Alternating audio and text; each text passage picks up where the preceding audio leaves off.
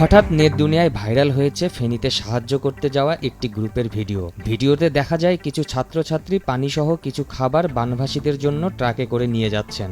সেখানে তারা photo session ও উল্লাস করে, আর এতেই ক্ষুব্ধে ফেটে ওঠে নেটিজেনদের দাবি তারা সাহায্যের নাম করে ফেনীতে মূলত ট্যুরের উদ্দেশ্যে গিয়েছে। অবশেষে পরিচয় মিলেছে তাদের। বন্যায় ক্ষতিগ্রস্ত মানুষের সহায়তায় দেশের সব জেলা থেকে মানুষ আসছেন বিভিন্ন ত্রাণ সামগ্রী নিয়ে। টিএসসিতে সমন্বয়কদের আয়োজনে তোলা হচ্ছে গণত্রাণ। নেট দুনিয়ায় ত্রাণ সামগ্রী নিয়ে বন্যার্তদের সাহায্যের ভিডিওগুলো মুহূর্তেই ছড়িয়ে পড়ছে। আর ভিডিওর এই ভিউ ব্যবসায় কিছু টিকটকার ব্লগাররা মানুষের ইমোশনকে কাজে লাগিয়ে তাদের ভিউ ব্যবসা চালিয়ে যাচ্ছে বলে অভিযোগ নেটিজেনদের।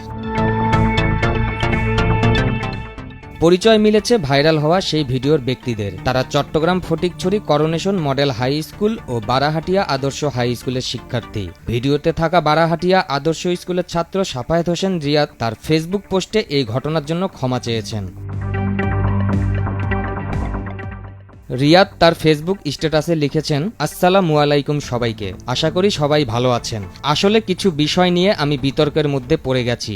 নিজের অজান্তে বা চলাফেরার ক্ষেত্রে কাউকে কোনো কষ্ট দিয়ে থাকলে বা কারো কোনো ক্ষতি করে থাকলে ক্ষমা সুন্দর দৃষ্টিতে দেখবেন। মানুষ মাত্রই ভুল। আমি বলতেছি না আমি নির্দোষ। আমি আবারও বলছি, যদি কাউকে কোনো কষ্ট দিয়ে থাকি, আমার কারণে যদি কেউ কষ্ট পেয়ে থাকেন, দয়া করে আমাকে ক্ষমা সুন্দর দৃষ্টিতে দেখবেন। সেখানে থাকা আরেক শিক্ষার্থী ফারহান মাহবুব দাবি করেন, এটা তাদের উদ্ধার অভিযান না, বাহিরের ও তাদের নিজের ডোনেশনে 1000 পরিবারের জন্য ফটিকছড়িতে বিরিয়ানি ও শুকনা খাবার বিতরণ করতে গিয়েছিলেন তারা। ঠিক পরক্ষণেই সেই কমেন্টের রিপ্লাইয়ে তিনি বলেন, 1000 নয় 400 পরিবারের খাবার নিয়ে গেছেন তারা। আর এতেই ক্ষুব্ধ হয়ে পড়ে নেটিজেনরা এবং সেই শিক্ষার্থী আরও বিপাকে পড়ে যান।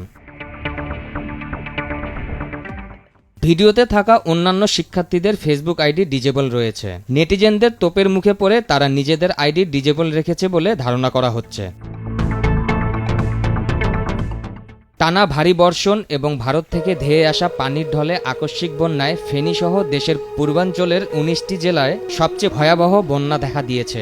ভারতের ত্রিপুরা রাজ্যের ডুম্বুর বাঁধ খুলে দেওয়ায় এসব এলাকায় সৃষ্ট ভয়াবহ বন্যায় বাড়িঘর, রাস্তাঘাট, শিক্ষা প্রতিষ্ঠান সহ সবকিছু বন্যার পানিতে তলিয়ে গেছে। পানিবন্দী হয়ে পড়েছে প্রায় 1/2 কোটি মানুষ। পারভেজ মোশাররফ, ভোরের কাগজ।